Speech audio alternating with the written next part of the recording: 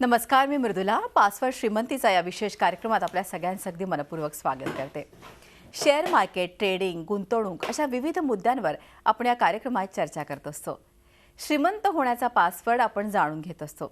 आज आपण पासवर्ड श्रीमंतीचा या विशेष कार्यक्रमात चला घडवूया एक उत्तम व्यवसाय जिद्दीनं या विषयावरती चर्चा करणार आहोत. आणि या बाबतीत आपल्याला मार्गदर्शन करणार आहेत ट्रेडिंग आणि गुंतवणूक तज्ज्ञ शशांक रावले. सुरुवातीला विषयाला सुरुवात करण्यापूर्वी रावले यांचं मी स्टुडिओ स्वागत करते. शशांकजी, आपण आलात त्याबद्दल मनपूर्वक धन्यवाद. आपली थोडक्यात ओळख करून द्यायची झाल्यास शशांक रावले हे SR कन्सल्टन्सीचे डिरेक्टर आहेत. आपण शेअर ट्रेडिंग, गुंतवणूक आणि सल्लागार म्हणून कार्यरत असता. चला तर जाणून घेऊया शशांक रावले यांच्याकडून. शशांकजी, आपण मागच्या वेळेस व्यवसायावरती बोललो होतो आणि खरोखरच व्यवसाय करणं किती उत्तम हे आपण अतिशय उत्कृष्टरित्या पटवून दिलं होतं. आता आपल्याला जर का व्यवसाय करायचा आहे, जिद्दीनं पुढे जायचं आहे, तर कुठलं पाऊल पहिलं महत्त्वाचं टाकलं पाहिजे? सर्वात मोठी इम्पॉर्टंट गोष्ट असते ती म्हणजे एक बेटर आयडिया. अनेक लोक बोलतात की माझ्याकडे मला नॉलेज पाहिजे, स्किल पाहिजे. अनेक लोकांना वाटतं पैसा लागतो व्यवसाय करायला. एक गोष्ट मला तुम्हाला सांगायला आवडेल, व्यवसाय जर करायचा असेल तर पैशाची गरज नसेल. तुमच्याकडे बेटर आयडिया असेल, एक अल्टिमेट आयडिया. आज व्यवसाय म्हणजे काय हो? व्यवसाय म्हणजे एखाद्या गोष्टीची जी कमी आहे ती कमी पूर्ण करणं म्हणजे व्यवसाय. उदाहरण घ्या की समजा तुम्ही एखाद्या ठिकाणी राहताय, तिकडे जवळपास कुठलंही कपड्याचं दुकान नाही आहे समजा, ओके, आणि तुम्ही तिकडे ते कपड्याचं दुकान टाकलं, म्हणजे ती गोष्टीची कमी पूर्ण केली. तुमच्याकडे आयडिया होती बाबा बाकी सगळे दुकान आहेत पण कपड्याचं दुकान इकडे नाही आहे आणि मला कपड्याच्या व्यवसायाबद्दल मे बी नॉलेज पण आहे आणि मला आवड पण आहे, बाकी सगळं पण आहे, आणि तुम्ही जर तिकडे बिझनेस टाकला तुमचा नक्की तो चालेल. तर एक योग्य आयडिया असणं हे फार गरजेचं आहे. असं म्हटलं आता that N idea can change your life. आपण ऍड बघत असाल, राईट? तर एक अल्टिमेट आयडिया तुम्हाला कुठे घेऊन जाईल हे तुम्हाला सांगता येत नाही. इव्हन जर तुम्हाला चांगली व्यवसायाची जर आयडिया पाहिजे असेल, एक गोष्ट लक्षात घ्या, आपण मित्रमंडळीमध्ये बसलेलो असतो, आपल्याला आयडिया कदाचित असं अचानक येत नाहीत. तर आपल्याला आयडिया म्हणा भरपूर लोकांना वावरल्यावर येतं. तर तुम्ही अशी मित्रमंडळी शोधा जे तुम्हाला चांगल्या आयडिया देतील किंवा आयडिया डिस्कस करतील. याच विषयावरती मी येणार होती की आता आपल्याला व्यवसाय सुरू करायचा आहे आणि लोक हे लागणार आहे, विविध स्तरावरती लागणार आहे, तर लोकांचा कसा नीट उपयोग करून घ्यायचा? एक व्यवसाय करणं म्हणजे लोकांचा योग्य वापर करणं असं मला वाटतं. लोकांचा जर तुम्ही टाइम, मनी अँड एफर्ट्स, लोकांच्या टाइम, मनी आणि एफर्ट्सचा जर तुम्ही योग्यरित्या वापर करू शकत असाल तर तुम्ही एक चांगला व्यवसाय उभा करू शकता. उदाहरण द्यायचं म्हटलं तर तुम्ही जर प्रत्येक व्यावसायिक बघाल, समजा एक बिझनेसमॅन असेल ज्याची भरपूर मोठी कंपनी आहे, भरपूर त्याच्या कंपन्या आहेत, आता त्याला एक नवीन कंपनी उघडायची आहे आणि त्याला नवीन बिझनेस चालू करायचा आहे आणि समजा त्या प्रोजेक्टसाठी त्याला 100 कोटीची गरज असेल. तर ही लोक काय करतात, त्या 100 कोटीमधनं एक 5-10 करोड खिशातनं टाकले नाही त्यांच्याकडे सरळ 2 ऑप्शन असतात. त्यातलं पहिलं ऑप्शन म्हणजे ते आहे शेअर बाजार, म्हणजे IPO टाकतात ते शेअर बाजारात, ओके, आणि ते IPO मधनं ते पैसा उचलतात हे मोठ्या कंपन्या. आणि सेकंड ऑप्शन म्हणजे बँक लोन्स. करेक्ट. मला सांगा, मी आणि तुम्ही मिळून बँकेतनं किती लोन घेणार हो? 2 लाख, 5 लाख, 10 लाख, 20 लाख, 50 लाख, ह्याच्याहून जास्ती आपण घेणार का? करेक्ट. या मोठ्या कॉर्पोरेट लेवलच्या कंपन्या एक कंपनी 500, 1000, 5000, 10,000, 20,000, 50,000 कोटीचे लोन घेते, जे कदा अख्खा एक शहर मिळून घेणार तेवढी कंपनी लोन घेऊन बसते. तर ह्यांच्याकडे या 2 आयडिया असतात जिकडनं हे पैसे उचलतात. आता IPO असो नाही तर बँक असो, दोन्हीकडे आपल्या सामान्य माणसाचा पैसा, राईट? म्हणजे वापरला तुमचा पैसा, उभे केले 100 करोड, उभी केली त्यांची कंपनी. एकदा ती कंपनी उभी केली, तुमचा मनी वापरला, त्यानंतर तुम्हाला असं नोकरीवरती ठेवणार, ते तुम्ही तुमचा वेळ देणार, ते तुमचा टाइम पण वापरणार, राईट? तुम्ही तिकडे काम करताना वेळ देताय. इव्हन ते तुमचे एफर्ट्स देखील वापरतात. कसे? Physical and mental efforts. Physical efforts का? कारण तुम्ही कंपनीमध्ये फिजिकली प्रेझेंट असतं म्हणून physical efforts. And Y mental efforts? Because तुम्ही मोठ्या डिग्र्या घेऊन या कंपनीकडे नोकरी मागायला जाता. त्याच डिग्रीच्या भरोशावर तुम्हाला नोकरी मिळते सुद्धा, आणि त्याच डिग्रीच्या भरोशावर जेव्हा तुम्ही कंपन्यांना लाखो रुपयाचा फायदा करून देता, त्यावेळी कुठेतरी काय ते जाऊन तुम्हाला काही हजारांमध्ये कंपनी सॅलरीज पे करतात. अशा प्रकारे तुमचा टाइम, मनी अँड एफर्ट्स वापरून या मोठे बिझनेस, मोठ्या कंपन्या उभ्या होतात. हेच तुम्हाला देखील करायचं, योग्य व्यवसाय करायचा असेल तर. अगदी खरं आहे. आता माझ्या मनात असा एक प्रश्न पडलेला आहे की मला काहीतरी छंद आहे आणि मग ते छंद मला असं वाटतं की त्यातच काहीतरी करावं, परंतु आपल्या छंदाचंच व्यवसायात रूपांतर करणं कितपत योग्य वाटतं आपल्याला? नक्कीच आपण करू शकतो. मग तो कुठलाही छंद असो, हां, त्याचं कुठेतरी व्यवसायात रूपांतर होण्याचे चान्सेस असले पाहिजे. अनेकदा असं वाटतं लोकांना, बाबा माझा छंद आहे पण हे व्यवसायात करू शकतो का? ते भले आधी कोणी केलं नसेल पण मे बी तुम्ही पहिली व्यक्ती असाल हे सगळं करणार आहे. आणि माझं म्हणणं असं आहे की छंद म्हणजे काय, आवड. मला बाबा कुठली गोष्टी आवडते किंवा कुठल्या गोष्टीचं पॅशन आहे, पॅशनच तुमचं राशन बनवा, म्हणजे पॅशनच तुमचा बिझनेस बनवा, ओके का? आणि तरच तुम्ही त्याच्या भरपूर चांगली सक्सेस मिळवू शकता. फक्त कोणतरी मित्र बोललाय किंवा घरचे बोलतात बाबा हे कर म्हणून तुम्ही करता, तुम्ही तेवढे यशस्वी होणार नाही. आणि जेव्हा तुम्ही पॅशन व्यवसाय म्हणून करा त्यावेळी तुम्हाला ते काम नाही वाटणार, तर मजा वाटेल. आणि तुम्ही एकदा जेव्हा मजा घेत असाल तर तुम्ही म्हणा ना, तुमची कशी ग्रोथ झाली हे तुम्हालाच कळणार नाही. माझं पण उदाहरण द्यायचं म्हटलं, आता मी ट्रेनिंग इंडस्ट्रीमध्ये आहे, मी स्टॉक मार्केटची ट्रेनिंग देतो. मला आवडतं, मजा येते लोकांना भेटायला. भेटायला, ट्रेनिंग द्यायला, लोकांशी बोलायला 8-8, 10-10 तास आमचं सेशन जातं. मला बिलकुल कधी थकावट जाणवत नाही. का? Because I am passionate about that.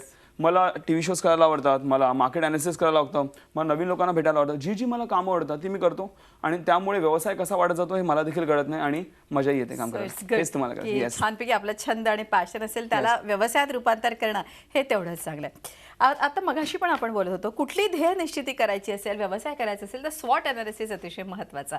तर आपल्या प्रेक्षकांना आणि थोडक्यात मलाही जरा स्वॉट अनालिसिस बद्दल सांगा. स्वॉट अनालिसिस म्हणजे होतं असं की अनेकदा ठीक आहे एखाद्या व्यक्तीला समजा कुठला तरी व्यवसाय आवडत असेल करायचा, पण त्यामध्ये कुठेतरी अडथळे येऊ शकतात जे त्याला आज माहीत नसते मी पुढे जाऊन येऊ शकतात. तर तुम्हाला आणि अनेकदा त्यांना कन्फ्युजन होतं बाबा हा व्यवसाय करू का, हा करू का, नोकरी करू की बिझनेस करू का, काय करू. तर त्यासाठी स्वॉट अनालिसिस करावं. हे काय आहे हे तुम्हाला सांगतो. स्वॉटचा फुल फॉर्म आहे स्ट्रेंथ, विकनेस, अपॉर्च्युनिटी आणि थ्रेट. स्ट्रेंथ हा पॉझिटिव्ह पॉईंट आहे, विकनेस हा निगेटिव्ह, अपॉर्च्युनिटी अगेन पॉझिटिव्ह आणि थ्रेट हा निगेटिव्ह पॉईंट आहे. तर तुम्ही हे सगळं लिहून काढायचं आणि त्याच्यानंतर तुम्हाला कुठले कुठले व्यवसाय करायला आवडतील त्याचं तुम्ही दुसऱ्या लाईनीमध्ये लिहून काढायचं. आणि त्या प्रत्येक व्यवसायाचं बाबा स्ट्रेंथ म्हणजे काय, समजा एक्झाम्पल घ्या, तुम्हाला कुठला व्यवसाय आवडत असेल, समजा तुम्हाला ऑटोमोबाईलचा पार्टचा बिझनेस टाकायचा एक्झाम्पल घ्या. ओके, तर त्याचा तुम्हाला व्यवसाय आवडतो एक्झाम्पल म्हणून.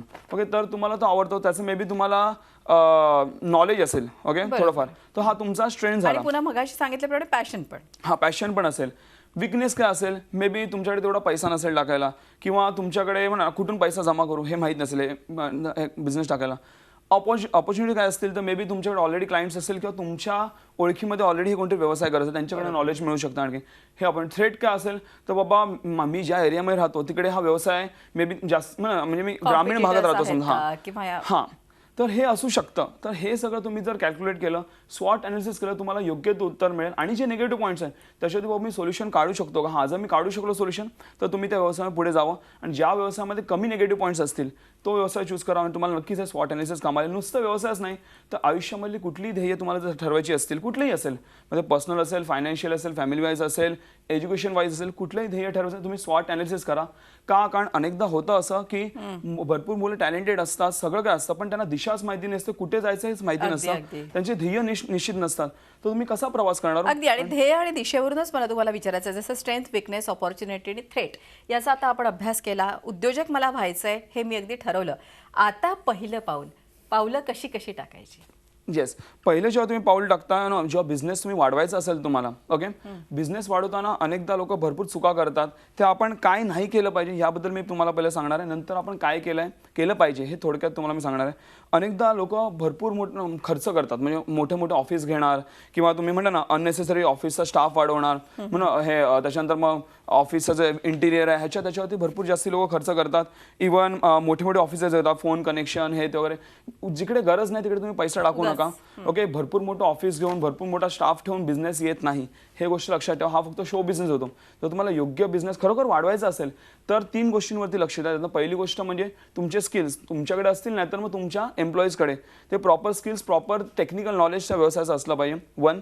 वन सेकंडली तुम्ही लोकांना सर्व्हिस चांगली दिली पाहिजे. सर्व्हिसकडे जास्त लक्ष द्या. जर लोक अनसॅटिस्फाईड झाली, समजा तुम्ही एका व्यक्तीला सॅटिस्फाय केलं, तो हॅप्पी असेल, तो जास्तीत जास्त 1-2 जणांना सांगेल बाबा ह्याचं चांगलं आहे काम जा. पण जर तुम्ही कोणाला नाराज केलं तर 100 लोकांना जाऊन सांगेल बाबा ह्याच्याकडे जाऊ नका, कोणाकडे जा पण ह्याच्याकडे जाऊ नको. तर नेगेटिव्हिटी लवकर पसरते. तर त्यामुळे चांगली सर्व्हिस द्या. आणि third and the most important thing ती म्हणजे प्रॉपर ॲडव्हर्टायझिंग करा, लोकांपर्यंत पोहोचा. आज समजा मी काय चांगलं काम करत असेल पण मी लोकांना पोहोचू शकलो नाही, ओके, मानतो मी माऊस पब्लिसिटी होते पण ती जास्ती लेवलपर्यंत होत नाही. आज कोणालाच वेळ नाही की कोणाच्या बिझनेसची माऊथ पब्लिसिटी करत बसायला. मी पण समजा एखादा व्यवसाय मला आवडला तर मी जास्तीत जास्त 2-3 जणांना सांगेन, सगळ्यांना मी सांगत सुटणार नाही. तर त्याची प्रॉपर ब्रँडिंग, ॲडव्हर्टायझिंग झाली पाहिजे, लोकांना पोहोचलं पाहिजे. प्रॉपर ब्रँडिंग झाली पाहिजे, ॲडव्हर्टायझिंग, PR व्हायला पाहिजे. पण तरी देखील असं अनेकदा वाटतं की या व्यवसायासाठी हे माध्यम उपयोगी पडेल, या व्यवसायासाठी हे माध्यम. तर थोडक्यात काय प्रकार सांगू शकाल आपण. ब्रँडिंगचे, ॲडव्हर्टायझिंगचे 2 प्रकार असतात.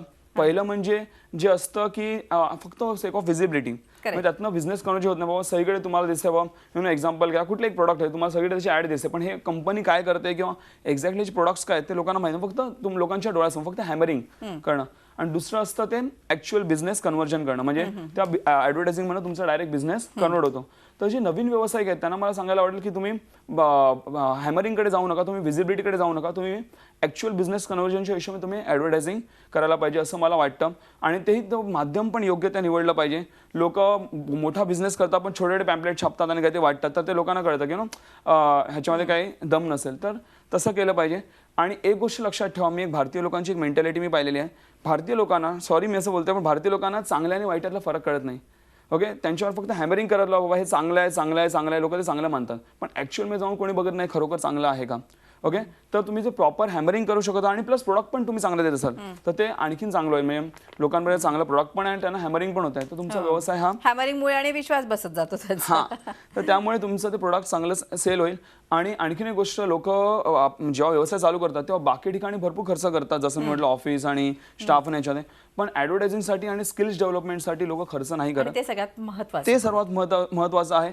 ॲडव्हर्टायझिंगसाठी तुमच्या बिझनेस मला प्रॉफिट्स मला कमीत कमी प्रत्येकावेळी 25% भाग हा ॲडव्हर्टायझिंगसाठी गेलाच पाहिजे, कमीत कमी. जास्त खूप सुंदर तुम्ही माहिती देता आहात. चला घडवूया एक उत्तम व्यवसाय जिद्दीनं. अतिशय उत्तम असं शशांक रावले आपल्याला मार्गदर्शन करतायत. पण आता एक वेळ आहे ब्रेकची, मात्र आपण कुठेही जाऊ नका. अशी अनेक महत्त्वाची माहिती त्यांच्याकडून आपल्याला घ्यायची आहे, तेव्हा पाहत राहा पासवर्ड श्रीमंतीचा. चला घडवूया एक उत्तम व्यवसाय जिद्दीने या अतिशय महत्त्वाच्या विषयावर शशांक रावले जे गुंतवणूक तज्ज्ञ आहेत हे आपल्याला मार्गदर्शन करत आहेत, त्यांच्याशी आपण बोलायला सुरुवात करूया. शशांकजी, आता उत्कृष्ट उद्योजक, मला उद्योजक व्हायचं आहे हा आता ठाम प्रत्येकाने निर्धार केला पाहिजे, कारण की भारताच्या एकूणच अर्थव्यवस्थेला देखील आपण उत्तम हातभार लावतोय हे प्रत्येकाने लक्षात घेणं तेवढंच खूप गरजेचं आहे. आता मला तुम्ही सांगा, आता उत्तम व्यवसाय होण्यासाठी त्याची भूमिका हळूहळू कशी असली पाहिजे? एक जेव्हा नवीन व्यावसायिक जेव्हा व्यवसायात उतरतो त्यावेळी तो एक सेल्फ एम्प्लॉयड असतो, म्हणजे त्याच्याकडे एवढी ताकद नसते किंवा तो एम्प्लॉईज हायर करू शकतो वगैरे. त्यावेळी तो सगळी कामं स्वतःच करतो, म्हणजे तो ओनर पण स्वतः असतो, पिऊन पण स्वतःच, अकाउंटंट पण स्वतःच आणि सगळे स्वतःच. ओके, त्यावेळी ठीक आहे. पण त्याच्यानंतर तो सेल्फ एम्प्लॉईड लेवलला तो काही पैसे कमवतो, तो काही जॉबचा बिझनेसचा एक्सपिरियन्स घेतो आणि तो काही आपले कॉन्टॅक्ट्स पण वाढवतो. त्यानंतर तो नेक्स्ट लेवलला पोहोचतो, that is businessman level. Businessman लेवलला पोहोचल्यानंतर तुम्ही आत्ता तुमची भूमिका समजून घ्या. यावेळी तुम्ही स्वतःहून काम नाही करायचं. एक बिझनेसमॅन स्वतः काम नाही करत, एक व्यावसायिक स्वतः नाही काम करत. तो आपल्या अंडर माइंडसेट होतो आणि माणसांकडनं कामं करून घेतो. तो फक्त बिझनेसमध्ये आयडिया लावतो, पैसे टाकतो, सिस्टम टाकतो आणि निघून जातो. जर असा कोणी बिझनेसमॅन असतो, सगळी स्वतःच काम आतमध्ये घुसून करतो, तो व्यावसायिक नसतो, तो स्वतः कंपनीमध्ये एम्प्लॉई असतो. तर तुम्ही बिझनेसच्या वर राहून काम करा, तुम्ही बिझनेसमधून बाहेर निघा तुमच्या, तरच तुम्ही तुमचा व्यवसाय वाढवा. नाही तर तुम्ही त्याच टेक्निकल काम, people, time, money and effort जे आपण मगाशी बोललो, लोकांचा वेळेचा पैशाचा वापर आपण करू शकतो असं. अच्छा, आता हा झाला एक व्यवसाय, पण मला असं वाटतं की मी 2-3 व्यवसाय करावे, कदाचित ते पूरक असू शकतात. तर एकाच वेळी 2-3 व्यवसाय करणं योग्य आहे का, हा एक माझा प्रश्न आहे. आणि शेअर बाजार हा जो एक आपला महत्त्वाचा जो एक हे आहे, त्याचा यासाठी काही फायदा होऊ शकतो का? ओके, सुरुवातीला आपण एक काम करावं की सुरुवातीला एकाच व्यवसायाकडे लक्ष द्या तुम्ही. ओके, विविध व्यवसायाकडे जाऊ नका, कारण एकामध्येच आपण परफेक्ट नसतो, दुसरा करताना ना त्रास होऊ शकतो. पण एकदा तुमचा व्यवसाय सेटल झाला की तुम्ही दुसऱ्या व्यवसायामध्ये घुसू शकता, मान्य आहे. पण अगेन त्याचं तुम्हाला टेक्निकल नॉलेज घ्यावं लागेल. जोपर्यंत तुम्हाला नॉलेज नसेल त्या व्यवसायाचं, तर मी बोलतो डायरेक्ट घुसू नये, तुम्हाला गडबड होऊ शकते, लॉस होऊ शकतो. त्या बदल्यात जर मी चांगली आयडिया द्यायचं म्हटलं तर तुमच्या एकाच व्यवसायामध्ये तुम्ही विविध इन्कम सोर्सेस शोधू शकता. म्हणजे बाबा त्याच व्यवसायात समजा इकडनं इन्कम बंद झाला तर दुसरीकडनं इन्कम चालू आहे, जे मी आमच्याही कंपनीने आम्ही देखील ते केलेलं आहे, तर ते करू शकता. अदरवाईज तेही समजा थोडं डिफिकल्ट असेल तर त्याच्याहूनही बेटर ऑप्शन आहे, म्हणजे तुम्ही शेअर बाजारामध्ये पैसे गुंतवू शकता. का?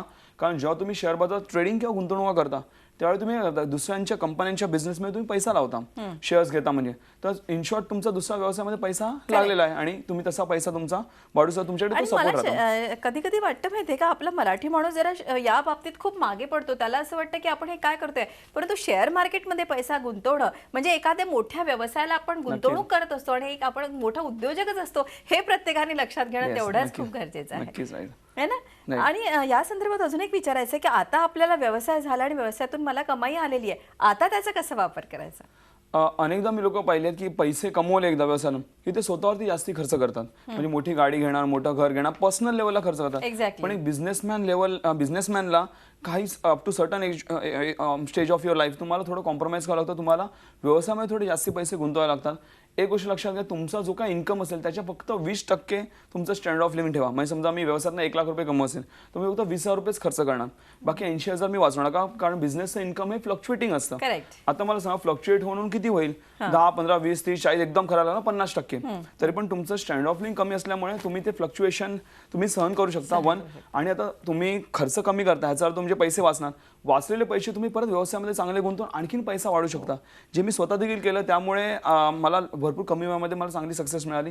हे तुम्ही देखील फॉलो करू शकता. म्हणजे काळाची पावले ओळखायला पाहिजे आणि योग्य पैसा योग्य रीतीने वापरला पाहिजे. आलाय पैसा म्हणून खर्च करण्यात काहीच अर्थ नाही. इथे आपल्याला एक शशांकची ब्रेक घ्यावा लागतोय. चला घडवूया, किंवा एक अतिशय उद्योग जो आहे, व्यवसाय जो आहे, ते उत्तम कशा रीतीने व्हायचं या संदर्भात शशांक रावले, जे स्वतः गुंतवणूक तज्ञ, ज्यांचा शेअर मार्केटवर अतिशय होल्ड आहे, आपल्याला माहिती देत आहेत. आपण कुठेही जाऊ नका, पाहत रहा फक्त झी24 तास. चला घडवूया एक उत्तम व्यवसाय जिद्दीने. शशांक रावले आपल्याला मार्गदर्शन करतात.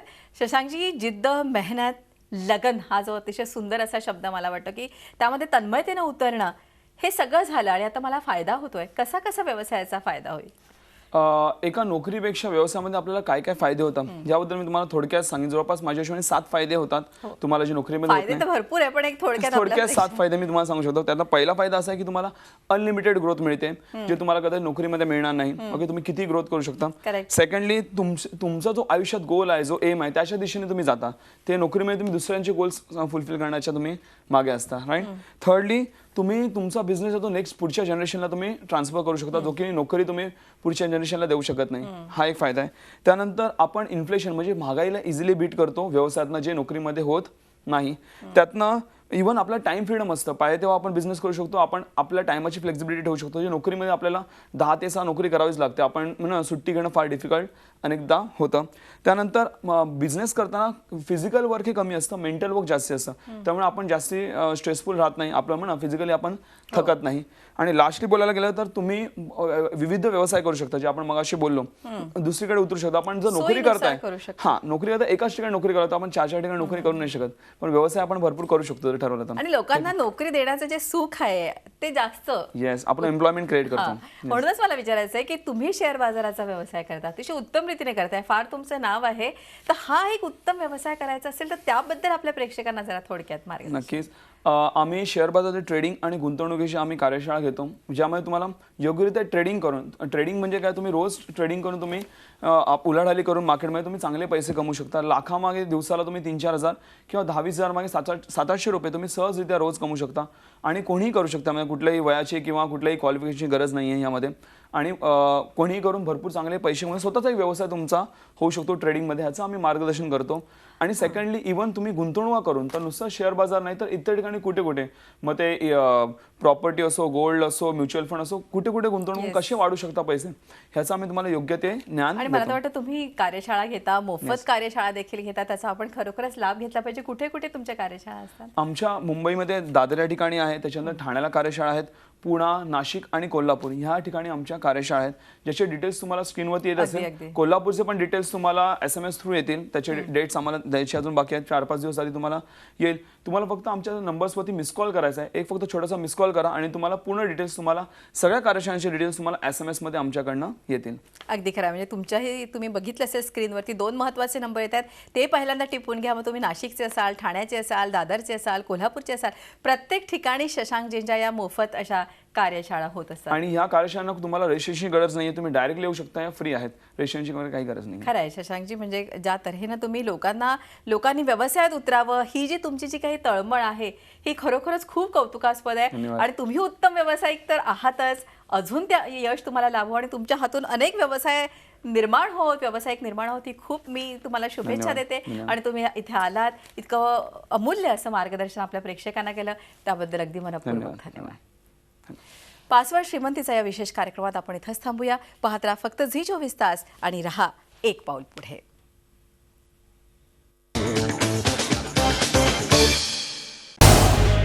झी24 तास रहा एक पाऊल पुढे.